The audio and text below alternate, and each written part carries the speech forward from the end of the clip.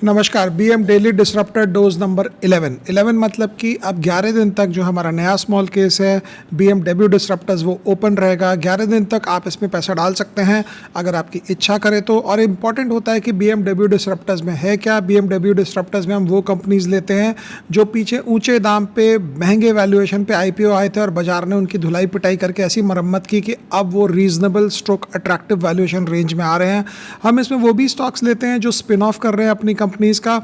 और ये हमारा स्मॉल केस जो है अभी 11 दिन तक खुला रहेगा। उसके बाद बीएमडब्ल्यू डिसरप्टर्स जो है उसको हम एक बार बंद कर देंगे, फिर नए रेट के हिसाब से बाद में वापस ऑन करेंगे। तो आज हम बात करेंगे, एक नॉर्मल सी बात है लेकिन बहुत ही डीप बात है। ये बात है एक फ्रेंच इकोनॉमिस्ट, बास्टिएट नाम था, कुछ ऐसा ही कुछ नाम था उनका। मैं बहुत पहले पता नहीं कहाँ पढ़ा था इनके बारे में। इनकी दो तीन चीज़ें बड़ी ख़ास थी और ये 1810, 1820, 1830 के एरा में ये इन्होंने अपने सारे काम किए। इनका एक बहुत सिंपल सा ये कहना था कि आदमी जब भी कोई डिसीजन लेता है, चाहे गवर्नमेंट हो या इंसान हो, उसके second order third order derivatives का उसका इम्पैक्ट नहीं समझता है। मतलब कि बास्टिएट भैया जो थे इन्होंने बताया कि अगर आप कोई भी एक काम करते हैं तो उसका एक सेकंड थर्ड लेवल था। इनका एक फ्रेंड था जैकेस, तो जैकेस को इन्होंने बोला, जैकेस के शायद कोई दुकान की कोई कांच टूट गई थी, तो जैकेस बड़ा परेशान इसके पास आया कि देखो किसी ने मेरा कांच तोड़ दिया। और Bastiat in an economist of his own times free market thinker था। मतलब उस समय फ्री मार्केट के बारे में सोचना बहुत बड़ी बात थी क्योंकि बिकॉज उस समय फ्रेंच रेवोल्यूशन निकल ही रहा था। तो बास्टिएट ने उसे बोला तुम्हारे दुकान का कांच टूटा ये अच्छी बात है, इसे तुम्हें सेलिब्रेट करना चाहिए। तो जैकेस जो इसका दोस्त था बोला ये क्या बात कर रहा है भाई, एक तो मेरी कांच टूट गई, मेरे पैसे लग जाएंगे, सेलिब्रेशन की क्या बात है। बोले देखो तुम्हारा कांच टूटा, तुम किसी ग्लास वाले को बुलाओगे वो ग्लास वाला कुछ पैसा बनाएगा, तुम किसी कारपेंटर को बुलाओगे वो थोड़ा पैसा बनाएगा, तो तुम्हारा जो ये कांच टूटा है और तुम्हें अपना ये कांच जब रिप्लेस करोगे इससे बड़ा धर्म क्या होगा कि लोग जो काम करने वाले हैं उनको ही पैसा जाएगा। तो ये अच्छी चीज़ है। अगर एक भी कोई इवेंट होता है, कोई खर्चा होता है तो उसका second order third order derivative देखें। इसका ये मतलब ये नहीं है कि आप कल का कल अपना क्रेडिट कार्ड स्वाइप मार के गोवा चले जाएं छुट्टी मनाने के लिए, ये सोचते हुए कि गोवा जाऊँगा वहाँ पे टूर ऑपरेटर को फ़ायदा होगा, वहाँ पे टैक्सी वाले को फ़ायदा होगा, वहाँ होटल वाले को फ़ायदा होगा।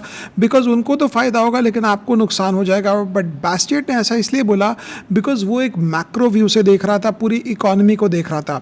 वो बोला कि गवर्नमेंट्स जो होती है बहुत शॉर्ट टर्म थिंकिंग में काम करती है, आज का फ़ायदा क्या है। फॉर एग्जाम्पल अगर आप देखें गवर्नमेंट पीछे हमारे यहाँ पे एक स्कीम चालू हुई थी जो अभी भी चले जा रही है, जो आदमी काम करे या न करे उसको पैसे मिलते हैं। चाहे पहले तो ये स्टार्ट हुआ था मनरेगा से और उसके बाद इसका एक नया डेवलपमेंट हो गया कि हम 80 करोड़ लोगों को जो आटा चावल देते हैं फ्री में 5 किलो, वो जो काम हुआ उसका second order third order impact हम नहीं समझ रहे हैं। क्योंकि अगर आदमी को गड्ढा खोदने का पैसा मिलता है तो वो गड्ढा का फाइनल यूज़ क्या है। तो वो आज के दिन अच्छा लगता है कि किसी को नौकरी आपने दिया, गड्ढा खोदने का पैसा दिया, बिकॉज मनरेगा में मोस्ट ऑफ द टाइम ऐसा ही हुआ है कि लोगों ने गड्ढा खोदा और उसका पैसा मिला है। लेकिन उसके बाद वो इंसान क्या करेगा, वो गड्ढे का क्या होगा, कल फिर आप किसी और 4 आदमी को लगाओगे और गड्ढा को भरवाओगे।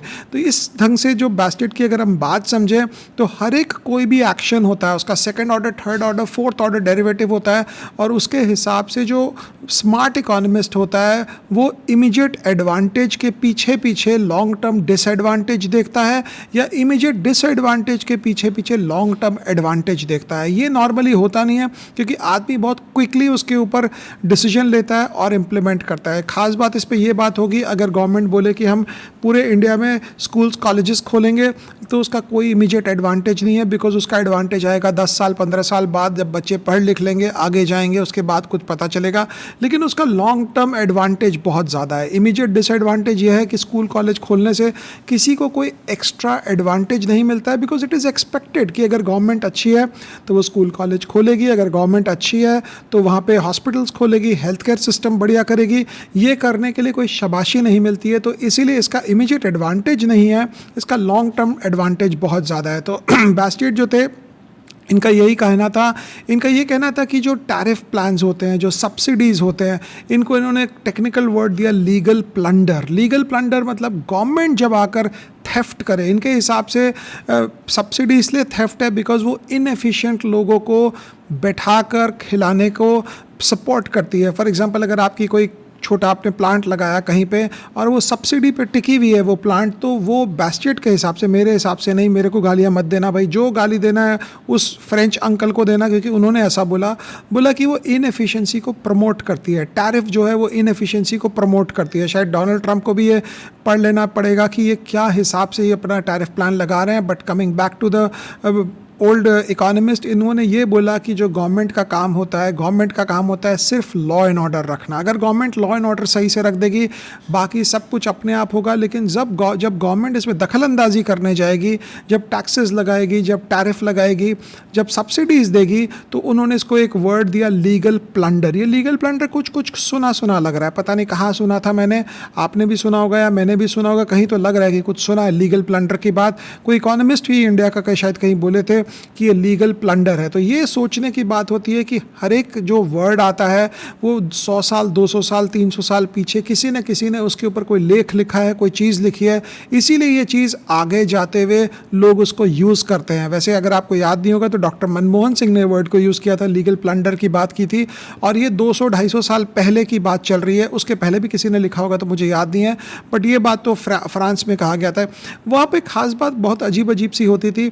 बोलते थे कि अगर फॉर एग्जांपल गवर्नमेंट को कोई कैंडल्स की कोई फैक्ट्री खोल दिया किसी ने, मोमबत्ती बनाने की, तो वो फैक्ट्री को चलवाने के लिए गवर्नमेंट ये ऑर्डर नहीं निकाल सकती है कि आप खिड़की का साइज़ छोटा करें। क्योंकि वहाँ पे होता था ऐसा कि अगर कोई गवर्नमेंट का दोस्त किसी ने मोमबत्ती की फैक्ट्री डाली है तो कैंडल्स को बिकवाने के लिए एक्स्ट्रा आप बोलते थे कि खिड़की के साइज़ छोटे करो, क्योंकि खिड़की का साइज़ जब छोटा होगा तो आपके घर के अंदर रोशनी कम आएगी और आप कैंडल ज़्यादा यूज़ करेंगे। तो बास्केट भैया के हिसाब से ये सब गलत काम है, आपको प्रमोट ही नहीं करना चाहिए, आपको ये बोलना चाहिए जिसकी जो इच्छा हो वो करे। तो फ्री मार्केट इकोनॉमिक्स की बात थी। उन्होंने ये भी बोला कि भाई जो डाइंग इंडस्ट्रीज़ है they should be left to die, मतलब जो मरने वाली कोई भी इंडस्ट्री हो, कोई कंपनी हो, उसको मरने देना चाहिए, बजाय कि उस कंपनी के ऊपर आप और पैसा और टाइम ज़ाया करें। तो ये अगर आप देखेंगे तो हमारे यहाँ पे BSNL, हमारे यहाँ पे MTNL, हमारे यहाँ पे जो बिरला जी की जो वोडाफोन आइडिया है, ये सारी डाइंग इंडस्ट्रीज़ है। If they have been left to die, वो कैपिटल जो स्केर्स होता है, कैपिटल हर वक्त स्केर्स होगा इकोनॉमी में, वो कैपिटल कहीं और यूज़ हो सकता है जहाँ पे उसका एडवांटेज और मिलेगा। तो ये सारी चीज़ें होती है जब आप इन लोगों के बारे में पढ़ते हो, आपको लगता है कि कुछ एडवांटेजेस सिचुएशंस है। और उस समय ये बहुत ही यूनिक स्ट्रैटेजी थी, यूनिक थ्योरी इसलिए थी बिकॉज उस समय रेवोल्यूशन चारों तरफ फैला हुआ था, मतलब लोग राजा से बड़े नाराज़ थे बिकॉज फ्रेंच रेवोल्यूशन स्टार्ट हुआ था मेरे ख्याल से 18th सेंचुरी में सम टाइम।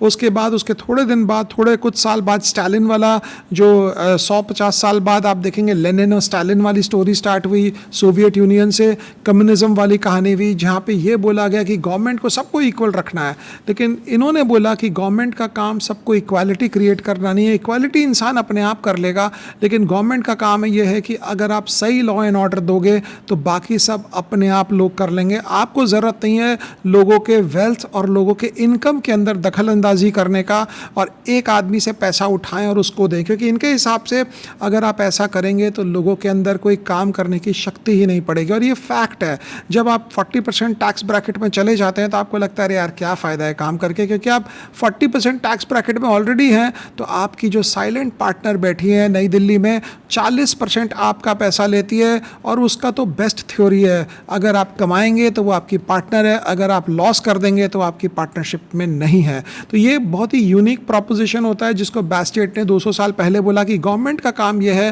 टैक्सेस मिनिमम रखो, लोगों को सिर्फ लॉ एंड ऑर्डर दो और लोग अपने आप करते रहेंगे। ये ट्रियर में मैं गया था, trier is a very small town in Germany, ये बात होगी शायद 8-9 साल पहले की बात होगी। वहाँ गया था तो वहाँ मुझे लगा कि किसी ने कुछ पुराने घर जो थे वहाँ पे सीढ़ियाँ लटकी थी ऊपर से, और वहाँ पे बोला गया था कि सीढ़ियाँ इसलिए लटकी है क्योंकि नीचे दरवाजे नहीं रखते थे लोग, क्योंकि चोर आ जाएंगे, तो चोर आएंगे तो इसलिए सीढ़ी से चोर चढ़ नहीं पाएंगे, क्योंकि आप रात को सीढ़ी ऊपर उठा लेते हो। कई जगह मैंने देखा कि वहाँ पे खिड़की के जो साइज़ होते थे वो छोटे होते थे, क्योंकि जो खिड़की के साइज़ के हिसाब से वहाँ पे टैक्स लिया जाता था। तो ये सारी पुरानी पुरानी चीज़ें जो होती है ये कहीं ना कहीं इकोनॉमिक से लिंक्ड अप होके आती है, बिकॉज उस समय चोरी का ये प्रॉब्लम था कि गवर्नमेंट ने उस समय बोला था शायद 200-250 साल पहले जर्मनी में कि जो आपका घर है आपको खुद अपने घर की निगरानी खुद रखनी है, गवर्नमेंट का काम नहीं है कि पुलिस लगाए वहाँ पे सिस्टम लगाए। तो आदमी को आज से 300 400 500 साल पहले अपने घर की निगरानी खुद रखनी थी, तो उसने ये बढ़िया एक तरकीब लगाया कि फर्स्ट फ्लोर पे वो रहता था और सीढ़ी जो था वो उठा के रात को ऊपर टान लेता था और सुबह वो सीढ़ी नीचे करता था। अब ये मत बोलना कि कोई 90 साल का हो जाएगा तो सीढ़ी से कैसे नीचे उतरेगा, ये मुझे भी ध्यान नहीं आया पूछना और आप भी मुझसे मत पूछना। कुछ अगर समझ में आता है तो बताना। The name of the town is trier, TRIER। उसमें रोमन्स आए थे तो पूरे टाउन को जला दिए थे। बट ये यूनिक चीज़ें होती है जो आप कहीं बाहर जाते हैं तो आपको समझ में आता है तो अच्छा लगता है। अब आप बोलेंगे इसका सेकंड ऑर्डर एडवांटेज क्या है? एडवांटेज कुछ नहीं है, मज़ा आता है ये सब पुराने इनसाइट्स सुनने में और सुनाने में। Thank you so much. तो 11 दिन बचे हैं BMW डिसरप्टर्स को ख़त्म होने के लिए, उसके बाद फिर ये हमारा जो स्मॉल केस है ये बंद हो जाएगा। Thank you.